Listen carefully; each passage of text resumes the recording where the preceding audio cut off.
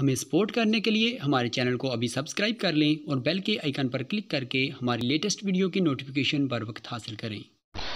پہلا خواب۔ اپنے طور پر دعائیں مانگتی اپنے اللہ سے باتیں کرتی کرتی نیند کے آغوش میں چلی گئی۔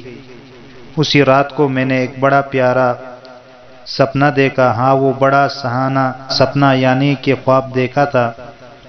خواب دیکھ رہی بہت ساری قوس و قزح کی روشنی مجھ پر پڑ رہی ہے اور میں اوپر ہی اوپر ہوتی جا رہی ہوں، حتیٰ کہ وہ روشنی بھی چاند اور ستاروں کو کراس کرتی ہوئی میرے ساتھ اوپر جا رہی ہے، لیکن ایسے معلوم ہوتا ہے کہ آس پاس مجھے چاند ستارے نظر آ رہے ہیں۔ ایک جگہ جا کر میں اسی روشنی کے حالے میں بیٹھ گئی ہوں اور میرے سوچ میں یوں آتا ہے کہ میں جنت میں بیٹھی ہوں۔ سبحان اللہ، آمین ثم آمین۔ تہجد۔ ٹھیک تہجد کے وقت آنکھ کھل گئی۔ اب جا کر سمجھ آیا ہے کہ یہ اللہ کی طرف سے ندا ہوتی تھی، اور ان اشعار نے عین تہجد کے وقت جاگنے کا مطلب سمجھایا۔ میں نور کے تڑکے میں جس وقت اٹھا سو کر اللہ کی رحمت کے دروازے کھلے پائے، آئی تھی صدا پہ ہم جو مانگنے والا ہو، ہاتھ اپنی عقیدت سے آگے میرے پھیلائے، جو رزق کا طالب ہو میں رزق اسے دوں گا، جو طالب جنت ہو جنت کی طلب لائے، جس کو گناہوں کی بخشش کی تمنا ہو، وہ اپنے گناہوں کی کثرت سے نہ گھبرائے، وہ مائل توبہ ہو میں مائل بخشش ہوں، میں رحم سے بخشوں گا وہ شرم سے پچھتائے، یہ سن کے ہوئے جاری آنکھوں سے میرے آنسو، قسمت ہے محبت میں رونا جسے آئے۔ سبحان اللہ۔ مولا گدا پرور سائل ہوں تیرے در پر، میں اور کیا مانگوں بس تو ہی مجھے مل جائے۔ سبحان اللہ۔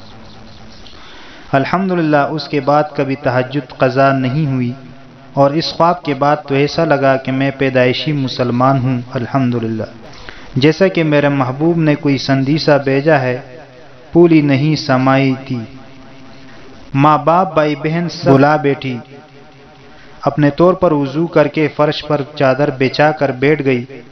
خواب کے تصور نے سرشار کیا ہوا تھا، نماز آتی نہیں تھی، بیٹھی بیٹھی اللہ سے استقامت کی، پختہ ایمان کی دعائیں مانگ رہی تھی، منہ پہ ہاتھ پھیرنے پر آنسو کی نمی ہتھیلیوں کو ترک کر گئی۔ فجر کی اذان کو غور سے سنا، نمازیوں کو جاتے دیکھا جیسے میرے لیے نئی بات نہ تھی۔ صبح بقرعید تھی اور میرے پہلی عید، پہلی دن کی دعوت میں بڑے اہتمام سے تیار ہوئی اور چھوٹی بہن نیلم سے کہا آج میری پہلی عید ہے اور میرا نام عائشہ ہے۔ وہ مذاق سمجھتی رہی، کہنے لگی نیلم تم خیالی پلاؤ پکانا چھوڑ دو۔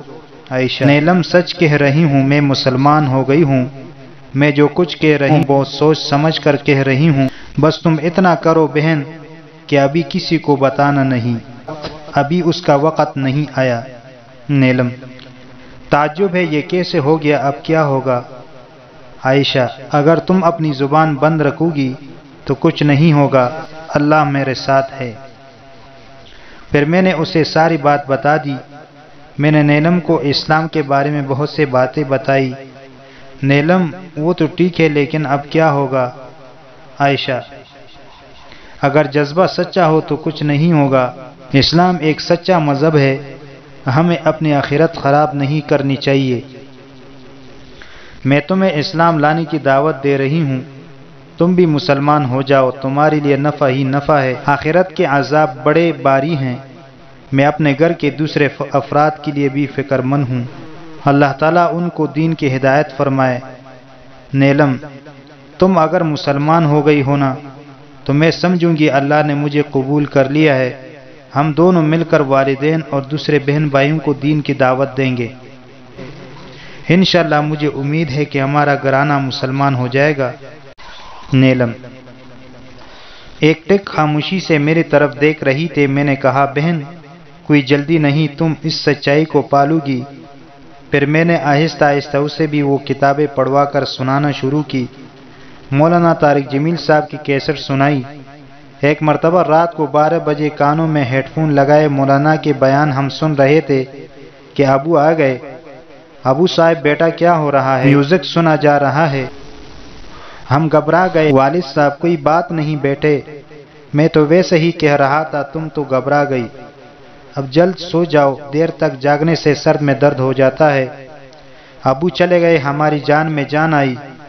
مولانا صاحب کی کیسٹ سن کر میں رونے لگی کہ کیا ہو گیا ہے لوگوں کو، ان کی سمجھ میں یہ بات نہیں آ رہی۔ پھر اللہ کا شکر ادا کرنے لگی تھی کہ اس نے مجھے ہدایت دے دی۔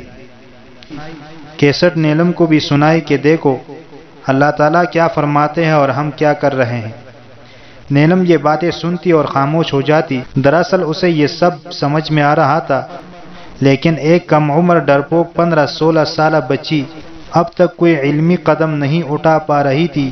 ڈر اور انجانے خوف اسے کچھ سوچنے پر مجبور کر رہے تھے، لیکن اب وہ کچھ کھیل کود کے دائرے سے باہر آ رہی تھی۔ گھر میں بھی چھوٹی ہونے کی وجہ سے سب کا پیار اور ڈانٹ ڈپٹ اس کے لیے وقف تھا۔ کھیل کود اور کھانے پینے کے شوقین کمسن بچی کے لیے اچانک اتنا بڑا قدم اٹھانا بہت مشکل تھا۔ خمیری مسلم جس کا خمیر ہی اسلامی شاعر پر ہو، جس کی بنیاد ہی اسلامی طور و طریقوں کی ہو، جس درخت کا تنا مضبوط ہو، اس درخت کے تنے پر بہت جلد سرسبز پتے اور پھل آتے ہیں۔ یہ میرا اپنا تجربہ ہے۔ کمزور تنے کی آبیاری کرنی پڑتی ہے جب کہیں جا کر مضبوط ہوتا ہے۔